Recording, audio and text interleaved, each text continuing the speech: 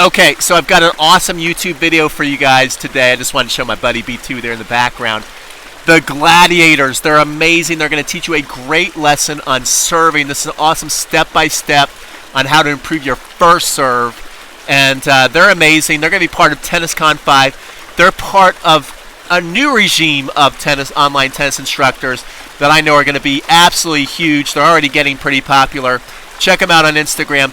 Definitely subscribe to the YouTube channel. You want to do yourself a favor today. Watch this video. Then go over to the Gladiators YouTube channel. Subscribe. They've got amazing content. They're part of TennisCon 5, which has the best coaches on the planet. So be looking out for your free ticket. And yeah, say hello to B2.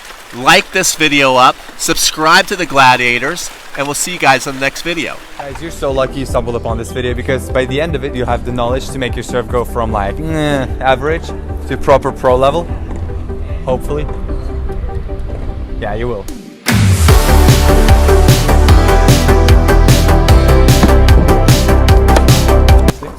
Alright guys, so in this video, we'll only be covering the first serve. I'll take care of the flat serve. And I'll take care of the perfect slice.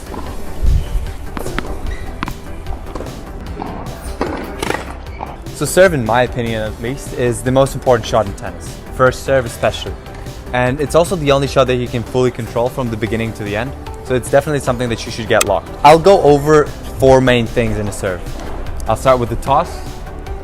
Then I'll cover the leg placement, the trophy pose, and the contact. The most important part in the serve is the toss. You can do a proper serve without doing much if your toss is locked.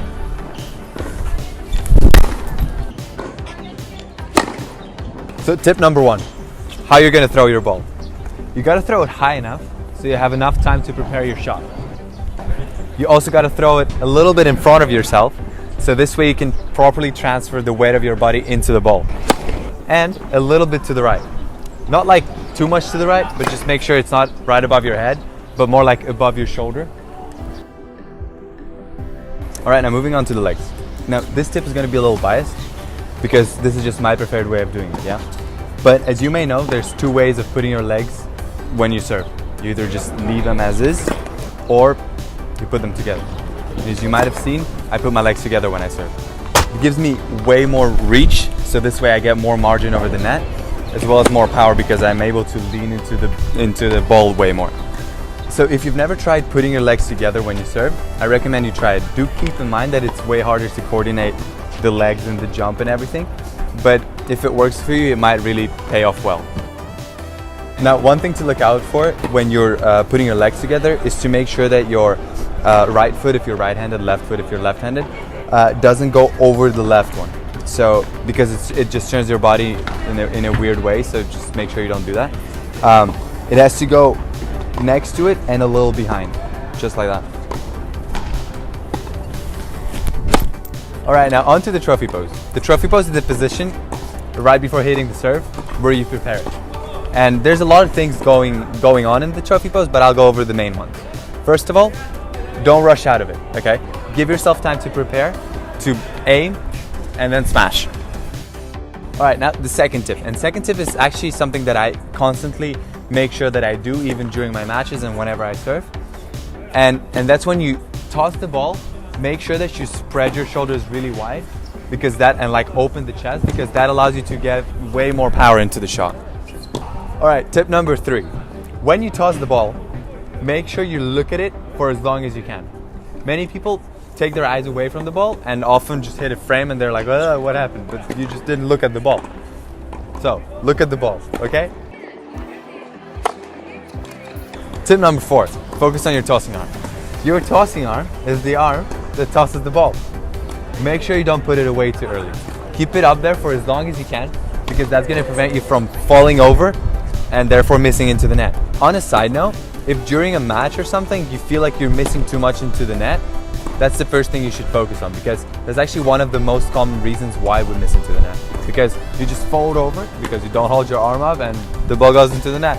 As simple as that. Alright guys, now this is really important. Like, subscribe,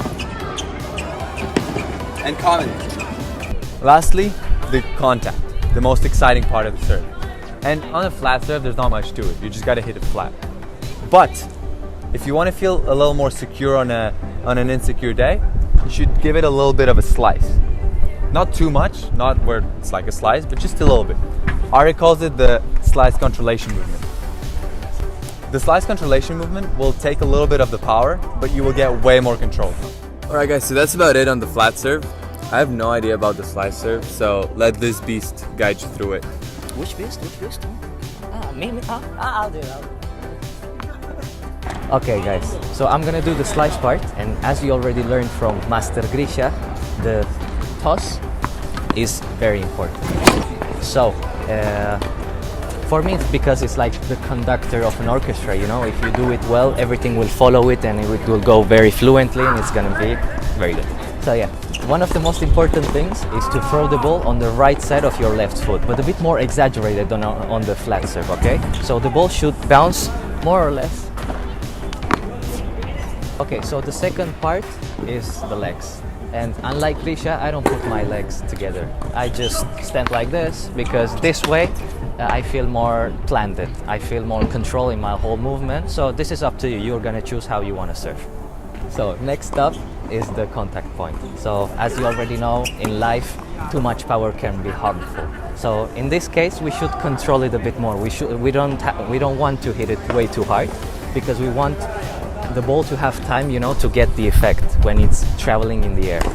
So when you hit the ball, don't focus on giving it raw power. Instead of that, just make sure the ball touches as many strings as possible, basically, from the right side of the ball, so it takes all the effect while it's traveling in the air. Okay, so the last bit on the slice serve is the direction you give to the ball, because the most important thing in the slice serve is the placement, because you know you have less power, so the thing that makes them suffer when returning on the slice serve is the effect you give and the placement of the ball, which has to go as close as possible to the white line, or if you're serving on the advantage side, close to the tee. Basically, the shorter the better. Girls don't say the same, but yeah.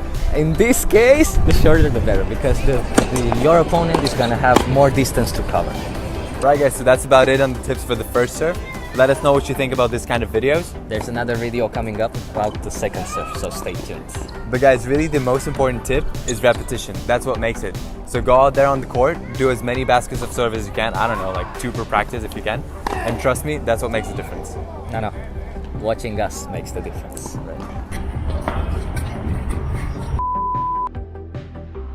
Video, because by the end of it, your pro will go from...